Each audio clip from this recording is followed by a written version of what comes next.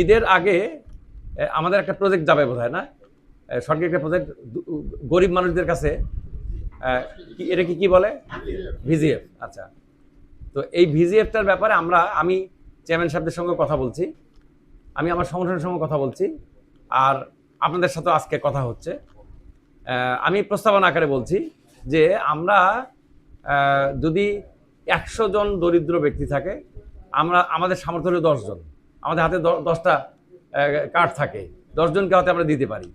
এই ক্ষেত্রে আমরা সত্যিকার অর্থে উপকারভোগী যারা, তাদের তালিকা করে আমরা লটারি করে কি বলে প্রত্যেক বছর বা প্রত্যেকটা প্রজেক্টে তাদেরকে সিলেকশন দিতে পারি কিনা। আমি যেটা বোঝাতে যাচ্ছি, যদি 100 জন ব্যক্তির মধ্যে 10 জনকে দেওয়া হয়, লটারি করে দিব, দেওয়ার পরে ওই পরের বছরের বা পরের যে প্রজেক্টটা আসবে সেই প্রজেক্টে আবার যে লটারিটা হবে ওই 10 জনকে বাদ দেওয়া হবে, তার পরের প্রজেক্টে আবার 20 জনকে বাদ দেওয়া হবে। এরকম করে আমরা যদি দেই, তাহলে আমরা যেহেতু সামর্থ্য রাখি না প্রত্যেকটা প্রজেক্টে প্রত্যেককে সহায়তা করার, আমরা পর্যায়ক্রমে সবাইকে উপকারভোগীর তালিকা আনতে পারি কিনা, এটা একটু পর্যালোচনার বিষয়।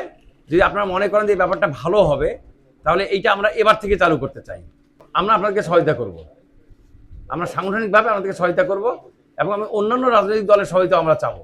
সত্যিকার অর্থে উপকারভোগী যাদেরকে আসলে দেওয়া উচিত, তাদেরকে তালিকা আমরা তৈরি করে দেওয়ার ব্যাপারে ইউনিয়ন পরিষদের চেয়ারম্যান সাহেবরা আছেন এবং মেম্বাররা আছেন, তাদের সহায়তা নিয়ে এটা আমরা করবো ইনশাল্লাহ।